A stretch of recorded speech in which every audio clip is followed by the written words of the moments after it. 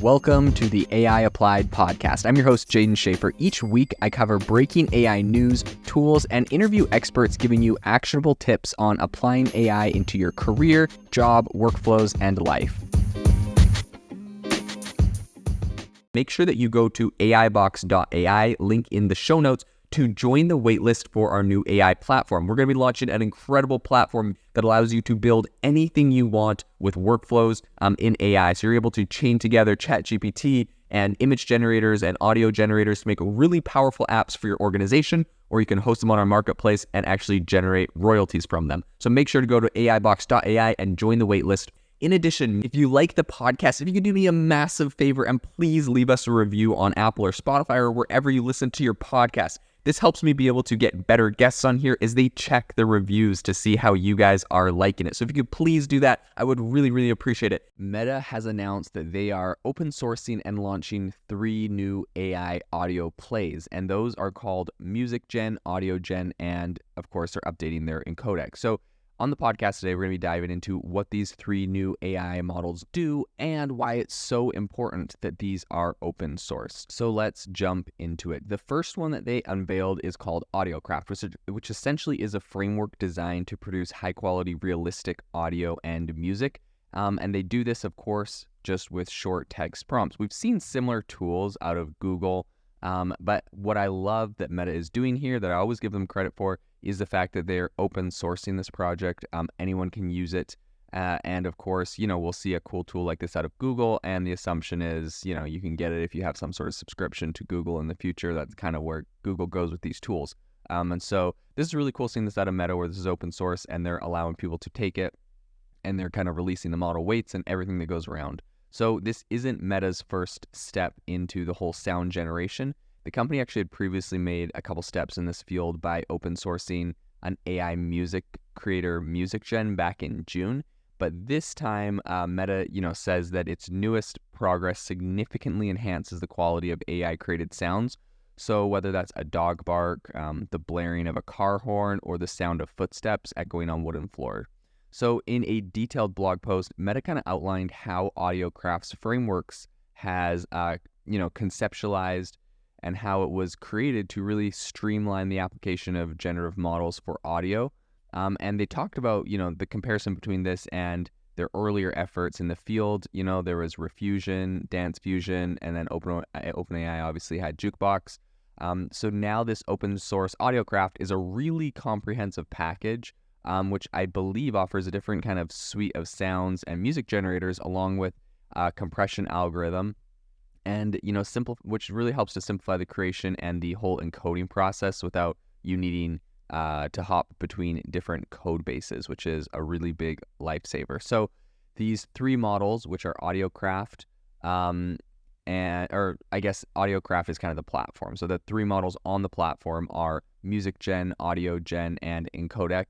And we've seen MusicGen before. So this time Meta has announced, or I guess it's kind of launched its training code, which is allowing users to actually train models with their own music data sets. So this is kind of big, right? Before they just said, hey, here's this tool, you can use it, we've trained it. But now we actually get the model, which is amazing, right? If someone has a big data set of maybe their own music or other music that they have rights to, they can use that to train, which is really cool. Also, inevitably, you can assume that someone's going to go and take the entire library of Johnny Cash and throw it in there and train it to be a really good Johnny Cash music creator. But that's already something that's on the internet. There's all the bootlegged AI generated music, which, to be honest, I've listened to and thought was pretty good. So, take that with a grain of salt. But it's going to be interesting. This is open source. It's open on the internet. Anyone can use it now. And, some people will complain that, it's getting used on copyrighted music. But I think at the end of the day, this is a really great tool. I think copyright's obviously going to apply if you're, putting this thing on YouTube. I wonder if YouTube's going to put a content strike against you for AI generating music in the style of an artist. I mean, I think that's fair if they do. But at the end of the day, I think this is a really big win for developers and for any kind of music enthusiasts. There's so many different use cases for this. So I think this is something great to have open source and in the public. Something really interesting that Meta said this time around is that they've actually specifically clarified that the pre-trained version of MusicGen was trained using, quote, Meta-owned and specifically licensed music. So they said that there is over 20,000 hours of audio, which is amounting to around 400,000 recordings. And they were, they also had text descriptions and metadata in there, right? So that's kind of the genius of this, is that you upload the recordings. And then you have, of course, if it's a song, you have the lyrics to the song, and that's how and also metadata on the style of the song and a bunch of data about it. And so that's how this thing is able to, be trained to replicate stuff. But I think it's really important, right? They had the licenses to this music. No one can complain that, they scraped the internet and grabbed, Johnny Cash and every other. It's kind of different here too, because when you see someone like OpenAI, not saying that this is right or wrong either, but when they scrape the entire internet, they're grabbing the responses and text of broad users that a lot of them weren't professionals. Maybe they just had hobby blogs, or they're just talking about, X, Y, and Z, or comments on Reddit and stuff. And I think it's a little bit better, an easier argument for them to make that, no, this isn't like copyrighted material. We're just grabbing what some people have said and training our data off of this. For Meta, if they were going to try to train an AI model off of music, every single song is obviously copyrighted. And so it's kind of just like a whole new ballpark that I think is a lot trickier. So they definitely need to make sure that they're using, something that they have licenses to. So the data was sourced from Meta's own Meta Music Initiative sound collection. So Shutterstock's music library and Pond 5 were also included in that. But, a really prominent stock media library and a collection that they have there. So I think that, it's obviously giving them a ton of data. Meta also took steps to remove vocals from the training data in order to prevent the model from reproducing artists' voices, right? So that's, again, something I think people will appreciate. However, the terms of use of MusicGen really discourage out of the scope usage beyond research. So Meta stops short of outright prohibiting any commercial applications, but that's really not something that they're encouraging at this time. Maybe that will change in the future, but at the moment they're really, saying they just want researchers to use this. And maybe that's just for liability reasons. The second model, which is in the AudioCraft platform, is AudioGen. So this kind of focuses on the generation of environmental sounds and sound effects rather than music and, melodies. So this kind of shares traits with modern image generators like AI's DALL-E 2, or Google's Imagine and Stable Diffusion. So really, AudioGen operates on a diffusion-based model. So it's designed to learn how to kind of progressively erase noise from starting data, which could also be audio or images, and get it kind of close to the target prompt. And it does this step by step. So kind of set up with a text description of an acoustic scene. If you gave it that, AudioGen has a capability to generate environmental sounds with realistic recording conditions and also complex scene content. So that's what Meta has said.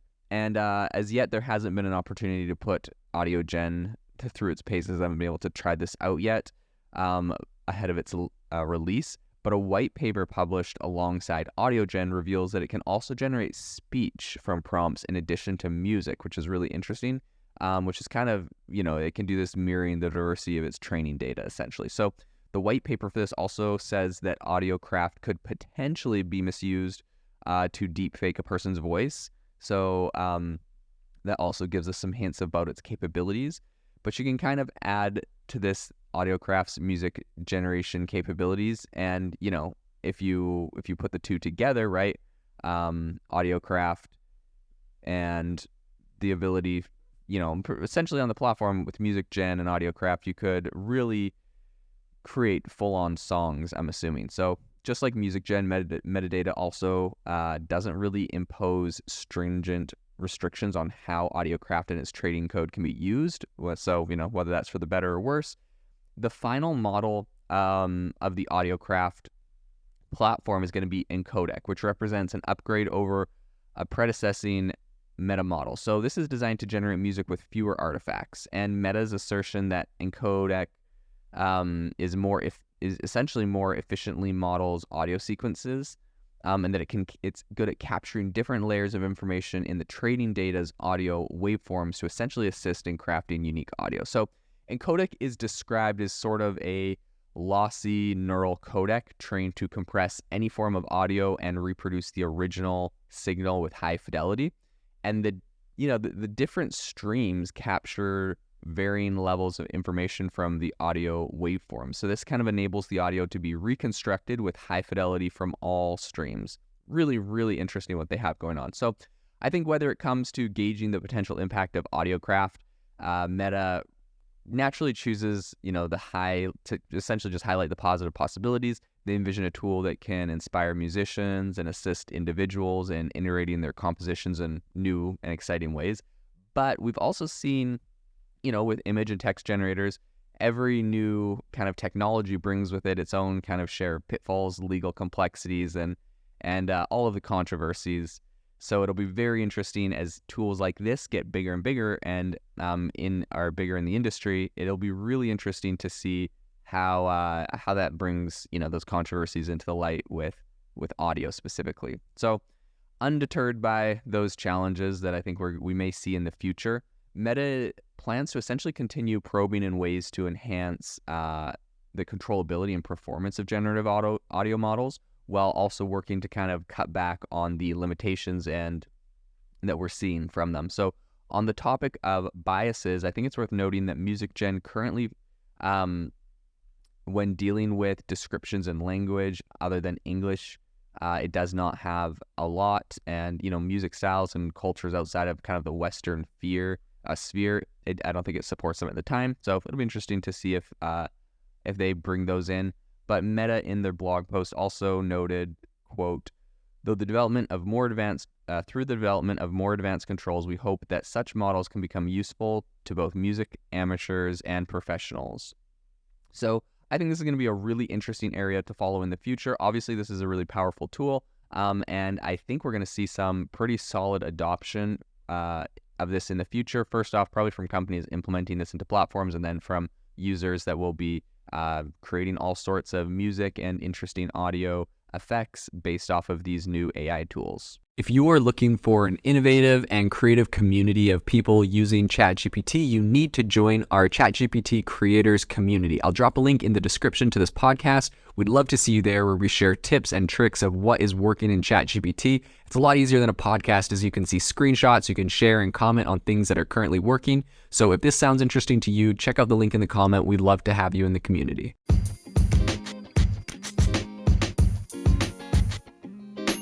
Thank you for tuning in to the AI Applied podcast. Make sure to rate this wherever you listen to your podcasts, and have a fantastic rest of your day.